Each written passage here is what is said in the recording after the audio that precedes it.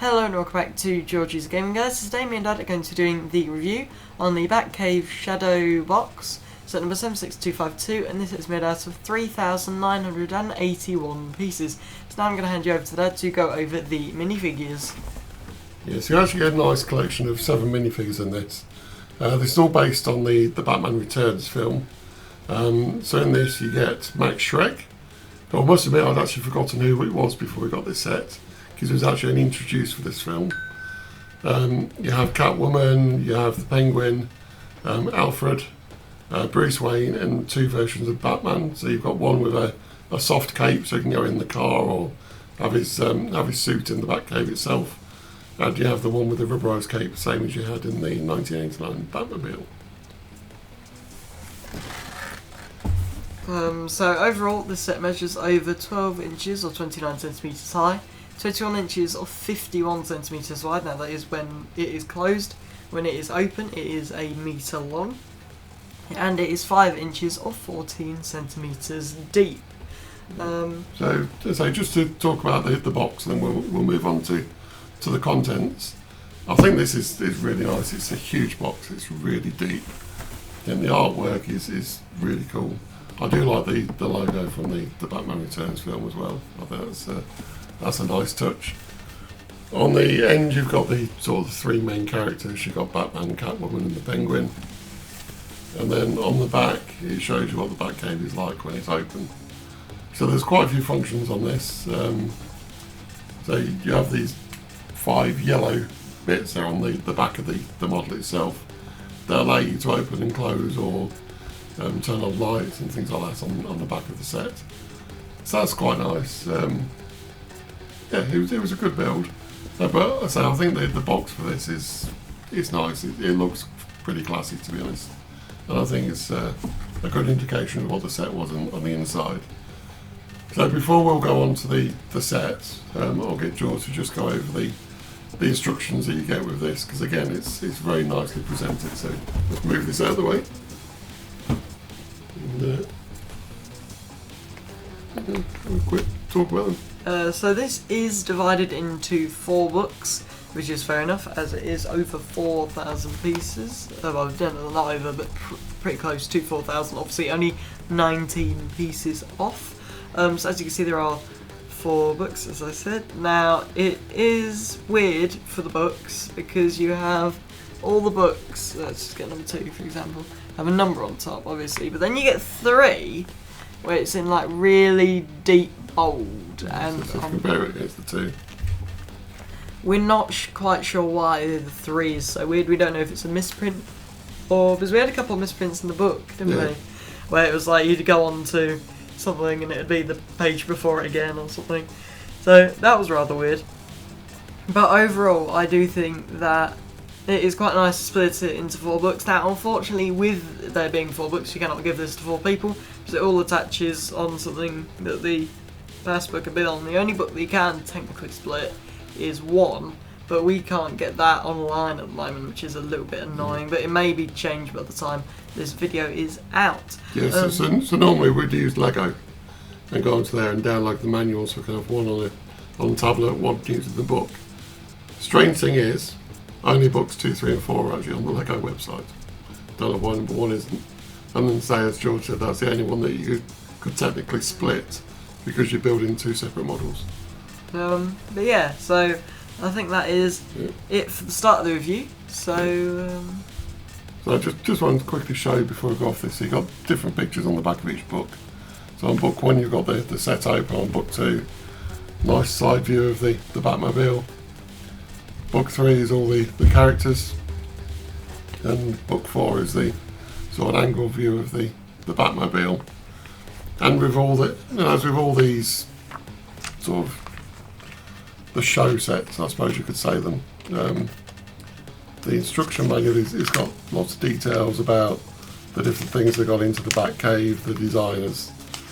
So I think overall it's like a lot of these bigger sets. They go into a lot of detail about the way it was designed and why they designed it that way. It was a really well presented set. So let's cut into the main review. So let's start off with the minifigures. So I think the minifigures in this collection are really nice. And we'll start off with Catwoman or Selina Kyle. Now the print on this is really nice.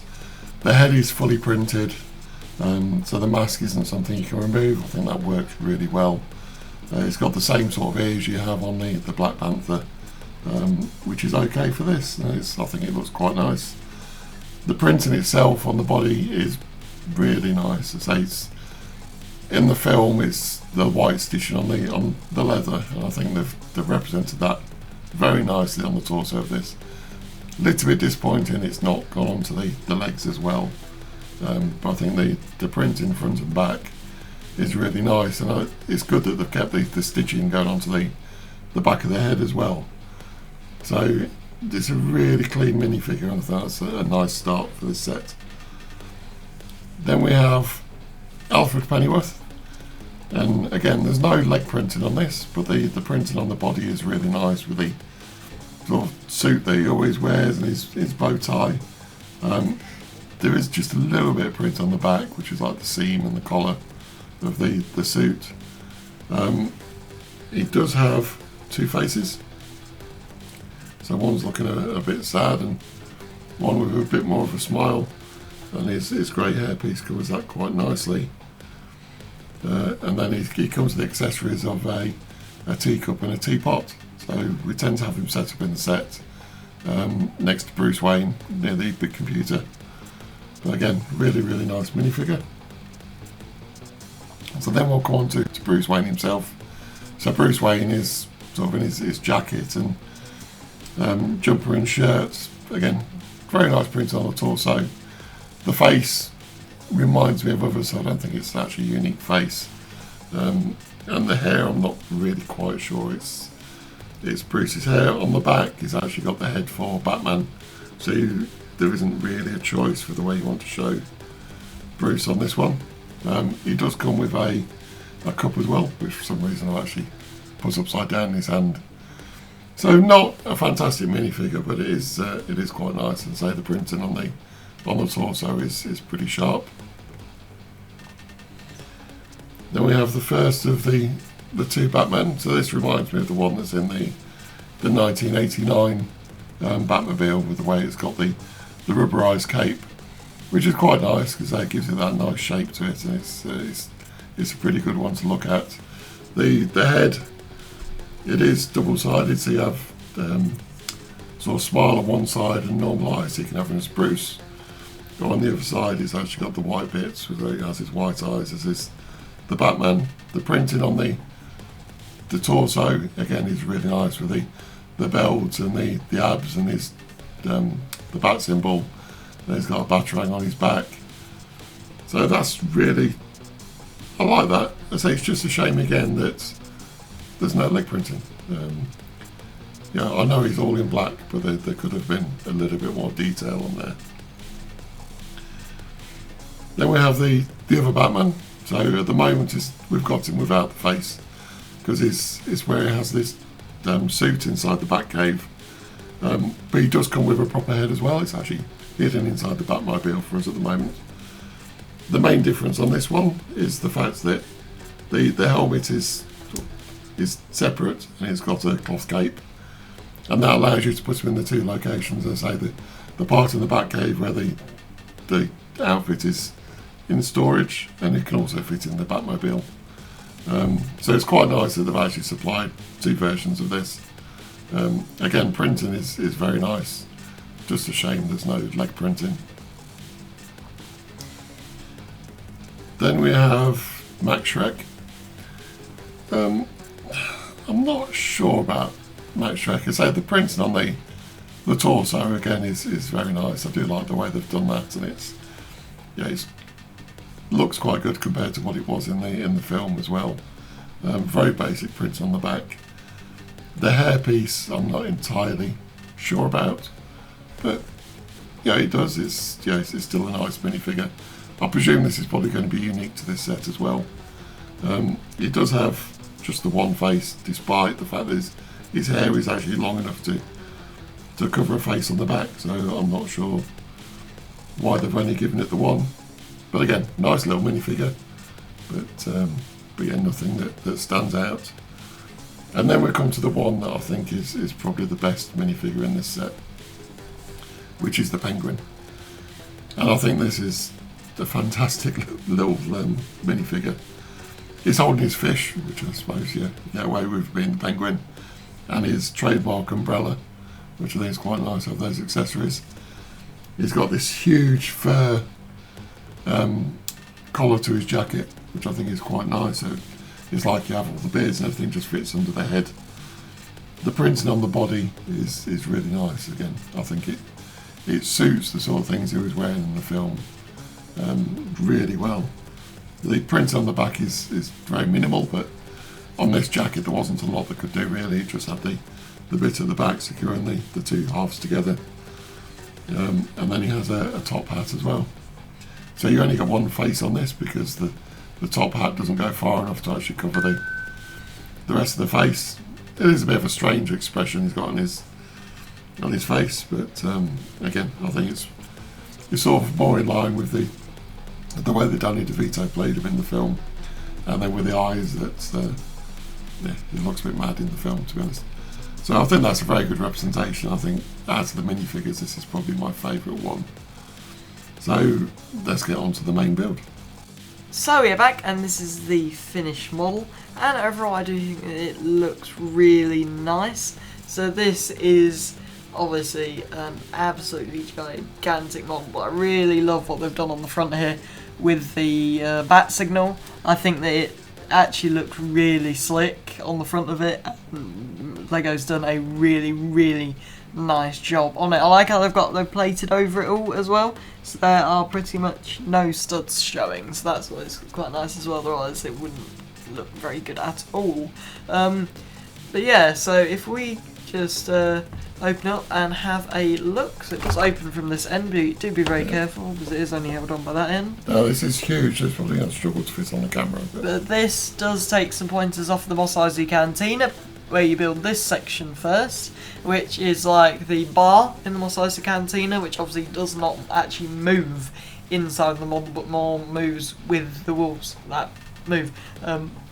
So that, I think that's quite a good idea. I'm glad that Lego's done that again, because we haven't seen that really since, have we? No. In a Lego model, and it was a really nice feature, and I just think it works really well to have a centerpiece that doesn't move, so that you can really, you know, put it on a table properly or something. It does look quite nice. And so obviously, as you can see on the left here, there is nothing other than obviously the bat signal, because you wouldn't really want to have something on the other side of that, otherwise it would block it out. So that is pretty much empty other than some lights at the top. So we're going to go straight on to this side. So if Dad wants to take out the Batmobile, which is on his side, which are bags 1, 2 and 3 on the model. Let me hold this up, please. So overall, I do think it's really nice model, really sleek. Does look a lot like obviously the much bigger one they used. I like that the tyres different sizes. I love the exhausts that are coming out the sides. Would you like to show the gun feature on the model? So it looks a little bit strange on it, but you do actually have a sort of little cod piece here. So when you turn that, it'll pop off the tops, and you'll have the 2 machine guns. So very similar to the large version of the Batmobile, 1989 Batmobile. And I think that's really nice. Would have been, for me, it would have been nice to have just filled something under here to make it black, rather than being the grey, because you'd have a little bit of grey area on the underside next to the sort of the intakes, or I think that's where the grappling hook comes out of. But overall, it's a really nice build. It has got room for one minifigure. As I say, we've got the head of Batman in there at the minute, just so he fits properly in the where he has his costume. Just that back on. Yeah, overall, a nice build. It looks good for the scale that it's done it. Let's move that to one side. So above it here, you can see there is another little bat signal. Now, if you would like to lift up the door, so you do have to lift the door up manually, and then as you will notice, it does just clip in place, and there is this little button on the back. You push it in, and the door comes straight down, which is really nice. I quite like that.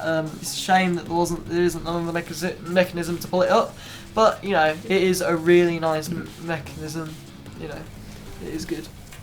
So now we're going to go over from this side to this side, so you may see two what look to be nuclear vault doors, which obviously they are not. Now they do have lots of detail on, but there is another little cog piece on the back, and if you just move it to that way, it does open it up, showing Batman's armory. So you got some batarangs and his grappling hooks, haven't we? Yeah. Yeah, I think there's 4 or 5 batarangs. They say the grappling gun in there as well. So it's... and that's pretty much all there is, like on that little section right there. But it is a really nice feature to the model. Now, if I just close this back up, you may notice here there seems to be a little door. Now, you can just... It's actually like a drawbridge kind of a thing. So it does just go down, if I can get it down. There we go. So it does go down. And this is where the extra Batman suit is kept. And then what you can actually do is there's a light brick at the top. So it does just make it so you can have the Batman suit lighting up. Now, it's not very powerful, so it's not great unless you're in quite a dark room. But overall, it does look really nice, and you can fit the extra Batman suit in it very well. Yeah, I do actually wish they'd do something a bit different with the light bricks. I mean, while I don't think the orange is great, it doesn't go. I had the same on the Harry Potter Hogwarts Express. I don't think it's bright enough, really. And it could probably do with being more sort of controlled where the light's going, because one of the things I didn't like on this one with it, where the suit goes, is you get a lot of light leakage around it. So you don't get focused on the fact that you can see through the sort of little porthole bit, the fact that the suit's there. It just highlights the area around it. So it's nice to put the light brick in. I just wish they'd do a bit of a redesign on the way the light bricks work. But that's not unique to this set. It's all the sets where they have the light bricks. I think, yeah, they could probably do with tailoring them a little bit more. Maybe just a little bit more of a powerful light, really, because it's not very powerful, is it? So because I think it worked things like the Home Alone house. Oh yeah. Where you had it in the cooker, or whatever, the heater at the bottom. The furnace. The furnace, that's the one. That's what word I was looking for. And I think it works really well for that. But say when you've got a light coming down onto something, I just don't think it's powerful enough. No. So I'm going to move on to this part of the model here. So as you can see, there is quite a bit going on, really, isn't there? So there is a little bit of a ladder here, and then you get to Bruce Wayne's desk. Now, if I just move this piece around, you will notice that something here is moving. It's actually his chair, so you can get him to go really dizzy by doing this. So it does go quite quickly, which is quite nice, because usually mechanisms don't go very quickly in Lego, so I'm quite glad that it's quite a loose one to do that. Yeah, I say it's a bit of a strange feature to have the chair rotating, but say once you've got it closed, yeah, I suppose it makes it easier if you want to change the scene slightly. But yes, I do like the seat. I think the seat is really cool, and the screens and everything they've put around it, I think it really builds up the scene really well. Because the detail on it is fantastic. I suppose that will also make it a lot easier for people who do stop motion Batman. Yeah. And then also in this area, there's actually another yellow switch behind it. So I don't know how if you can really see in there. Is it the Selena Kyle one at the minute? Yeah. So it's the. In fact, you can't see because of the chair. Tell you what, I'm going to break the set and take the chair out. So as you can see, we've got a Catwoman robbing what looks to be an art or a museum or something. Then you've got a picture of a cat over here, I believe, and then a red pigeon, I believe. And then we can just... Probably Robin. Oh yeah, that's true. We can just change this over to obviously Mr. Penguin when he's in the Batmobile. So that's this picture here. I'm pretty sure the picture on the right is a load of penguins, and then the picture right here is just another picture of him. But yeah, it is quite nice. I think it's a really nice feature to have on the model. Yes, I think the big picture is Georgetown is when he takes over the Batmobile and there's remote control in it. So it's quite nice to put that in there because it wasn't actually in the Batcave to do that. It was shown in the car, but it is an iconic part of the film as well. But I think the set is just fantastic. There's so much detail in this. Yeah.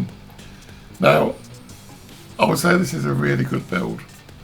I would have found it more enjoyable if we weren't filming it, to be honest. Because I think we were too worried about how we're going to fit things on the camera because it is huge. And unlike a lot of builds where you build small sections and build it all together, because of the way this is constructed, you build everything. So as soon as you start building the box itself, everything is built directly onto the box. Yeah. So in terms of space, it's an issue. If you've only got a small area to build, this probably isn't a build for you because you build it as one piece and it must be 1 metre and 10 centimetres wide when you're building it because you have to build it open. Yeah. So it will be an issue for quite a lot of people, I think, just in terms of the space. I mean, my biggest pet peeve of this is the unicorn horns. It is ridiculous because they can just slightly be moulded out, but of course the moulded's perfectly fit. It won't, so it's so annoying. Yeah, so when George is talking the unicorn horns, can you just put, I think they're down on the bottom, so it's like the spikes for the stalactites and this one stalagmites. right here and then you got one here. And when they've moulded them, some of them it's like it's not come out of the mould properly, and there's probably half of them. Yeah. So it's actually tapers out a little bit at the end. So it's really hard to get them in, especially when you have to put them in reverse into the studs for the hanging down ones. So that was a bit of an irritation on the build. I think they look great now they're in. Yeah. But it's something just to watch out for because they are slightly rubberized. And as I say, it is quite hard to get them in. You have to really sort of twist them around to try and get them in, which made it a bit more of an awkward build. Yeah.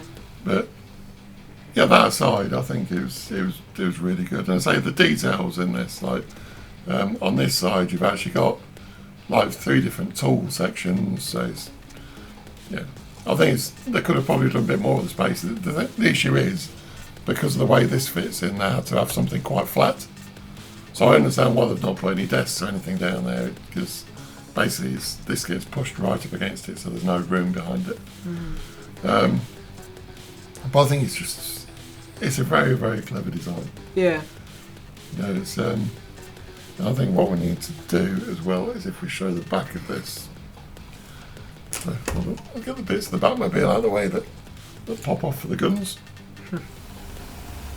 Close it, so that'll make it a bit easier to show. So it does close, normally closes reasonably well. Something's blocking it, I don't know what's blocking it. What are you broken now? Oh, there's something on the ground. Well, one of the stalactites has fallen off us.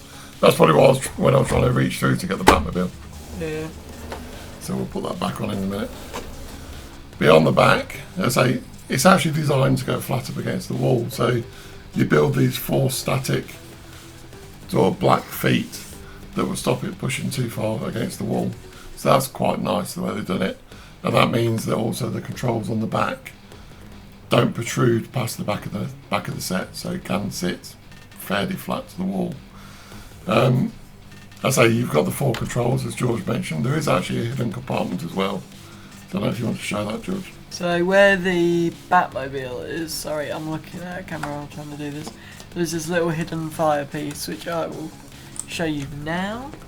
So it can just be added to the very back of the Batmobile, and then when the Batmobile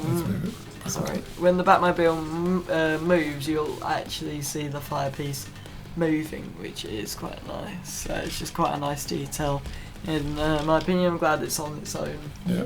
The sort of technique. So I say you can't have it on if you're going to have the Batmobile inside the build. I know, it makes it because it's too long. So it's nice that rather than it just having to be loose, I suppose you could put the spare head in there actually as well.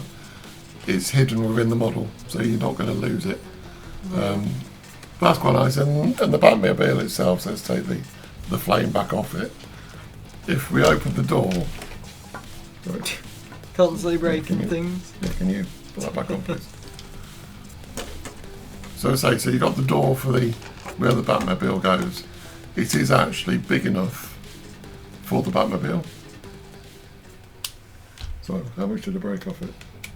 It's actually stuck in between. Oh, there we go. That's some progress. Sorry, it's Dad's breaking stuff again. I lived up to my name and broke the set. This is not my fault if you like. If you got a family member watching and you just quick tuned in, it's not my fault. There you go. Yep. I can save the day as per usual. So the car itself will actually fit in through the hatch at the back. Obviously, do not use one hand like I am. And the way it's worded in the, I think in the manual, is because you don't want people to find the Batcave. That's why it's supposed to close really quickly behind the car. So you get that one person who'll see that and like throw it through the door. So yeah, so the back is they haven't worried too much about how the back looks because it's designed to be against the wall. The top is all like great pieces, so I think that's actually quite nice the way they've done it. And on the ends, you've got a couple of holes at the bottom to help you open it. Isn't that how he finds it? It's like a great piece, and he ends up going down into it or something. No, he falls into a well, doesn't he? Oh yeah, right. Yeah. So you've got these two little holes at the bottom, just to help you pull it apart, and then you've got certain parts where the bricks lock in. At the top and bottom, it's actually got some claw pieces to make sure it stays together. But overall, I really like this set. Yeah. I say it's definitely got its playability features, but as a display, it's nice open.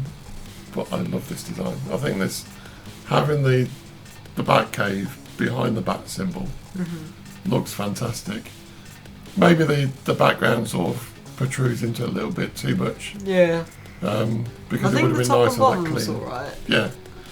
But especially, I think the top's really nice. The only problem I have at the bottom is where this middle groove is. You can really clearly see the pedestal, the what's it called, Batmobiles. Yeah. Sorry. I don't think it's a big issue. I'd say it would have been nice just to have it look a little bit cleaner. But I think the shape they've got for this is fantastic. I think they've done a great job of that. The only thing I would say though is like going back to the light brick thing.